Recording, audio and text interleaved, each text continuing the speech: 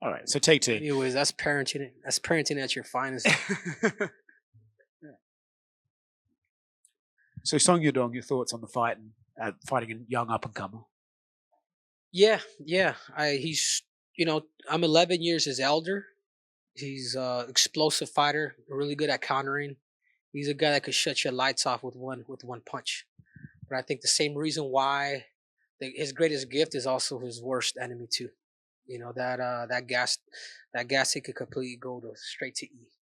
So I love the fact that they're giving me a younger fighter. I love the fact that my back is against the wall. There's a chip on my shoulder. I love the fact that I'm an underdog because these are the moments where I shine, and I appreciate all of it. So that's what I wanted to talk to you about, right? Like your career, it would be easy for people to think like, okay, Henry's got a couple of fun fights left, and that's what he's going to focus on, like the Dominic Cruzes of the world and stuff. But here you are fighting a guy who's working his way up the rankings and building his career. Does that should that show us that you're still hungry to compete at the top level and you're still after more accolades rather than just having fun? Right, of course, and I love that from the UFC. I love the fact that they're doing that. They're not just doing this legend versus legend shit. Like, you know what, I thought about it too, and I got into it with Hunter Campbell, like pretty bad. This is about a year, but then I called him back. Like, you know what? You're right. If I want to be the best in the world again, give me who you got. Give me your biggest dog then.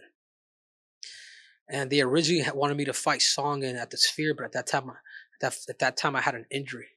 So then when I called him back, I was helping President Trump a lot with this with the politics, traveling to Michigan, doing a bunch of work in Arizona. That stuff's important to me. And I says after the president gets elected, like let me I'll call you the next day. And that's exactly what happened. Like once everything happened, once the election was pretty much over, I'm like, all right, dude, give me Song. I want him. So when should you beat Song on Saturday? Do you think that pushes you right back up into title contention? Obviously, you had the fight with Marab, and I think you looked really good in the first round. Then he sort of started to get his success. Do you think it pushed you back into title contention, or do you think you're going to have to work your way up and pass a few more of these young killers before they start looking at you in gold again? At this point, it's whatever the UFC wants, but that's also what's cool about the UFC. I lost to Aljamain in a split decision. Then at least I won a round against Marab, dude, with the torn groin, where I couldn't wrestle for 5 weeks, and that was a big mistake on my side. I, Ali, my mentor, they're telling me, everybody was telling me, dude, just be ready. But the hard head in me, I wanted to prove that it was a fight. Sometimes is the risk worth the reward. And then now I look at Marab and what he's doing. I'm just like, fuck, man, this dude's a real deal. He's the best in the world. I mean, and not super. I'm not surprised what he did to O'Malley. But where I am surprised is what he was able to do to Umar, man. He did. It's not like he beat him up or he did all that. He out competed him. He got the crowd involved. He conveyed to the judges that round five is mine. You know what I'm saying? It's that grittiness that only like the one percenters know about. It's the same reason why I got the victory against Demetrius Johnson. There's like an acting involved in there. Getting him to go backwards. Hitting my fist, calling him out as he's going backwards. We forget as fighters that if the fight does go to decision, who can sway the judges, who can sway the crowd, and what Marad's been able to do now is just kudos, man. You gotta tip your hat off. So that's something that just comes with experience. You think, like younger guys need to. Yeah, I think he went through his bumps and bruises, and I think confidence a little bit there, and then time, his ability of mixing his fighting, from wrestling to striking. Like the wrestling is not the key for him. It's the mixing. It's him understanding his threshold for 5 rounds. You know what I'm saying? This is why you don't see knockouts or TKOs because he knows just the exact amount to reserve that, and that's Marab's greatest gift.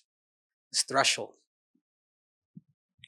Henry, I know that you were kind of teasing flyweight, bantamweight. Why did you eventually pick bantamweight to, I guess, continue fighting then?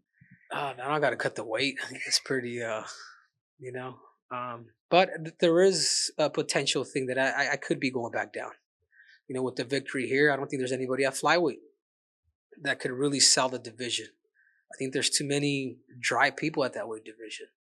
And I feel like what I've done in combat sports, particularly the flyweights, is saving that division back in 2020. There could be a resurrection there. You know, How bad of a cut would that be? I don't even want to think about it. I don't want to think about it. Dude. It's like I'm short, but man, look at like my back, man. Look at like my body's just I'm thick, but I'm thick boned, dude. Um, obviously, But it would definitely be a process, and first things first, dude. Get through song, get through the dong, and do it that way. is that his nickname for this week? Yeah, but the dong ain't long like Triple C. That's all I gotta say. Obviously, Dominic Cruz pulled out and then eventually retired. And I just wanted to know, you guys had your rivalry and you guys just kind of spit back and forth. But can you just talk about Dominic Cruz choosing to retire and then just his career overall? Yeah, I mean that's his decision. He may go back and be like, hey, you know what? Maybe I want my last dance to be done correctly. You know, I don't think he really made those adjustments as a fighter to really understand his body more. You know what I'm saying? Like I'm gonna give you guys example. Habib did a really good job of going through injuries and then adapting and then adjusting. How's it that he could get better? A lot of fighters have gone through that, but I don't feel like Dominic really or ever found it. Whether it was rest, nutrition, overtraining, undertraining, whatever that may be. But other than that, dude, he brought a lot of attention to the lower weight classes. His fight with Uriah Faber, his fight with Cody, his fight with all the alpha males. I mean, that's what really put the lightweights on the map. And then obviously my rivalry and his, it's probably still not even over, dude. He probably still hates my guts as much as I hate his.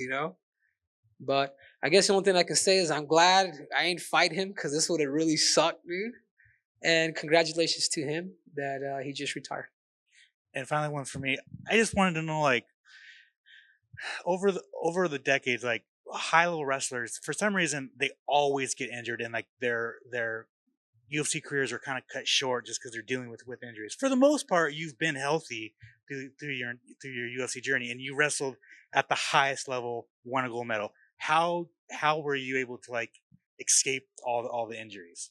Honestly, I stretched a lot, man, since the beginning, since I was a kid. And I think that's what saved me from a lot of injuries. I've always been somebody that, as hard as I trained, I recovered quite a bit. And a lot of the injuries was just wear and tear, dude. Like I remember blowing my shoulder out with Marias in that first round, and that was just from throwing so many jabs uh, from the time I started fighting, so many shots. But I think the biggest thing is I've always took recovery to a point where people were like, really gonna take 2 days off? Like, yeah, man, I did enough. Like my body needs to rest and I gotta reattack it and then re-break it again. Even when I was training for the Olympics. I'll let you guys in on one little thing. Because I like your question. Even as a high schooler, I would work out so much like during those 5 days that typically when the coach would say, "Hey man, you guys do something on Saturday," I would take, and this was before this was literally I was in high school. I would take Saturday and Sunday off because I knew everything that I did throughout the week was just enough and just right, and for me to feel ready to re-break my body again on Monday. Crazy, right? Just having that belief in and really recovering my body. Henry right here. Henry, I saw you just had the partnership with Full Violence. I like the Short King branding.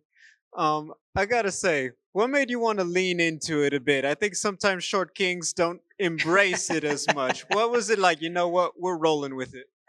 Just one, I'm a troll, so people are gonna try to troll my height. You go with it. I'm not gonna be a Danny DeVito. You motherfucker, you motherfucker. I'm not gonna do that, dude. I've never been like that. I've always been comfortable with who I am, and I think there's a lot of money to be made because of the Short Kings, and I've made a lot of it because of it. You've been working with a new producer on your content, Mr. Dylan Rush. Can you just talk about the contributions? Dilly Rush. Yeah. Talk about the contributions he's made to your team. Oh, he's an encyclopedia, man. You talk about somebody that knows his stats and of MMA. That's Dylan. Dylan is You know, he's an up and comer. I feel like whenever the time is ready, you know, he's gonna become his own boss. And I think I've always been somebody to allow people to fly, dude. If I can do anything to help anybody, you know, become bigger, then that's what it is. Even as a, you know, as a persona, as a troll. You know, it's like truly like the bad guys are really the good guys, man. We create storylines. And I think he's you know, it's all up to Dylan, man, how far he wants to take it. I think he's, you know, he talked about maybe working for the UFC, but I told him like, Dylan, you're bigger than that. You could you know, you don't need to necessarily be. I think you're at that level where you could be your own boss and create your own content because he's super creative. He's got a great future ahead of him. Final question. You kind And of I had want my next question is how much money did you give him? he's the homie. He's a friend discount right there. Henry, final question. You kind of have this friendly rivalry with Kayla Harrison, both two Olympians. She's on deck potentially to fight for the title. If she gets that UFC belt, are you okay sharing the Triple C moniker? There's only one, and that's Triple C, man. I think, and I'll do respect to Kayla. She's great, man. She's one of the greatest combat. If she does win this belt, she can go down as, you know, top 5. But man, there's nothing like winning a gold medal in wrestling. And I'll say that to anybody's face. Boxing, judo, anything, man. Like the people that I respect more than anything in this world, that I fanboy over. And I've been around Mike Tyson, I've been around all these dudes. I do not fanboy more than anybody when I meet Olympic champions in wrestling, man. In freestyle wrestling. I just like, and Khabib and all these guys, they're the same damn way. There's a level of respect that you have for Olympic wrestlers, and particularly Olympic champions in wrestling, that nothing else really comes close, dude. Henry, you mentioned kind of the resurrection of the flyweight division. I'm just curious how you thought Pantoja has done. Are you insinuating maybe you haven't been impressed with him? Just what are your thoughts on him as a champion? No, I love Pantoja, and that's another thing too, man. I spend New Year's, like I'm super close to Pantoja. You know, he's a great fighter, but I think sometimes he can create storylines because everybody's kind of dry at flyweight. Like there's no, you know, there's no tussle. Like, you know what I'm saying? Like there's no storylines because him, like when I became champion, like it was my responsibility. It was my responsibility when I talked to Dana, they were gonna get rid of the division. Driving in his red Ferrari from the Apex, this is like I think Contender Series 1. I think Kevin Holland fought that in the Contender Series. It was like, man, this is big, man. Like, we were just talking about it. I remember driving back to him in a Ferrari, and he told me, he's like, hey, man, I just want to let you know that, you know, I'm going to grant you your decision because after I beat Demetrius, I wanted to go up and become a double champ because the whole storyline was Demetrius Johnson versus TJ Dillashaw. I'm like, no, I'm going to beat this dude. And I kept saying it during fight week. This is back in UFC 227. I said, I'm going to beat this dude, and I'm challenging the winner of Cody and TJ. So that's exactly what happened. So then when I was driving this car, I was like, hey, man, we're going to grant you, but we're going to get rid of the division. We're going to get rid of it, like completely. I remember my heart just sunk, dude. I'm like, yeah, but we're going to grant you your opportunity. It just sunk. It just didn't feel right. So then I talked to Ali that day, and I'm like, Ali, I don't feel right, dude. I don't feel right getting my shot, and then that's it. The flyweight division doesn't exist. Like you erase all of Demetrius Johnson's accolades. You erase everybody who's ever done anything. And I said, let's bring him down. So TJ wanted to go down. He wanted to come down. I'm just like, no, let's give him what he wants. So beat him at 125, and then go up, and then go to 35, and then do it again. So happened to be he was on PEDs, which a lot of people say it's, you know, he was dehydrated. Dude, that dude was 150 when I fought him. He was bigger when we fought each other in New York than he was when he was weighing 135 pounds. And it was that secret juice, dude. You guys go back and look at the stats and look at how much he actually weighed. So then that's when the whole theatrics kind of came about. It's my job, it's my duty to save the division. And I love Demetrius, dude. He was so good that there was no storyline because there was no competition. But at the same time, he never really sold it. It was too much GSP without the accent. You know, so then I took it upon myself. I was like, you know what? I'm going to come out with this snake. slam it on the thing, come out with my gold medal, and just cause a bunch of fucking problems. And then that's how the King of Cringe kind of came about. Because then people started saying cringe, cringe, cringe, cringe. I'm like, what the hell is cringe? That was a new word to me back in 2019 or 2018. 2019, yeah.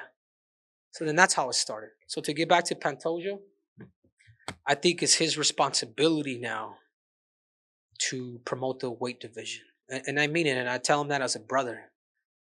It's his job to sell the fight, dude. To pick it. Maybe he needs to become the bad guy. It's kind of crazy in hindsight too, Henry, to look at, the opponents you fought in Dominic Cruz, Aljamain Sterling, and Merab in particular. So I'm curious, man, like, how do you rank them in terms of most challenging to fight, and then how do you rank them in terms of legacy and greatness? Yeah, they're all the top, maybe the top three, according to numbers. And I'd probably, because of how Merab did me, and the fact that he's beating all the old and the new generation, and I think for me right now, I'd probably put him up top.